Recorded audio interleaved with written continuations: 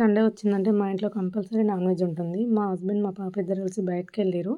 ఏమైనా తీసుకొద్దామని చెప్పి. ఇంకా నేను వాళ్ళు వచ్చేలోపు అన్నం వండుదామని చెప్పి బగారా కోసం ప్రిపేర్ చేస్తున్నా. ఇంకా నా స్టైల్‌లో బగారా ప్రాసెస్ చూసేయండి. ఒక గిన్నె పెట్టుకొని ఆయిల్ వేసుకొని హోల్ మసాలా ఇంగ్రీడియంట్స్ వేసుకోవాలి.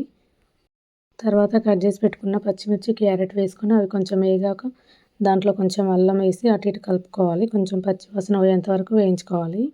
బగారాకేసి కొద్దిసేపు అయ్యాక అంటే ఇంకా అవన్నీ వేగాక ఇంకా వాటర్ వేసుకోవాలి. నేను ఒక గ్లాస్ రైస్‌కి గ్లాస్‌న్నర వాటర్ తీసుకుంటా.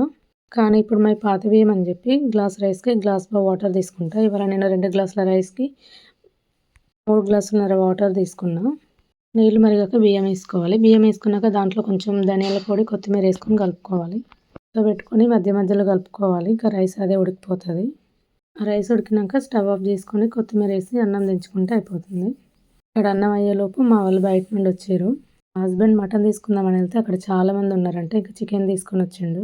మా హస్బెండ్‌కి స్కిన్‌లెస్ చికెన్ కంటే ఇట్లా కాల్చిన చికెన్ అంటే ఇష్టము. అందుకే ఎప్పుడైనా సరే కాల్చిన చికెనే తీసుకొస్తారు. బయటికెళ్ళిందంటే మా పాప ఇడ్లీ గాని, దోశ గాని తెచ్చుకుంటది. ఇంక ఈరోజు ఇడ్లీ వడ తెచ్చుకుంది. తెచ్చుకుంటుంది కానీ దాంట్లో తినేది ఉండదు, ఏమి ఉండదు.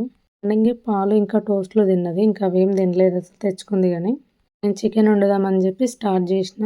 మా బావ వాళ్ళు కూడా ఇక్కడే ఉంటారు. వాళ్ళకి 2 బాబులు. పిల్లలు స్కూల్‌కి వెళ్తారనమాట. ఇవాళ సండే కదా పిల్లలు ఇంటి దగ్గరే ఉన్నారు. పంపించు అని చెప్తే పాపను పంపించిన. వెళ్ళింది కానీ ఫోన్ కావాలని మా బావ వాళ్ళ చిన్న బాబు, మా పాప బాగా కొట్టుకున్నారంట.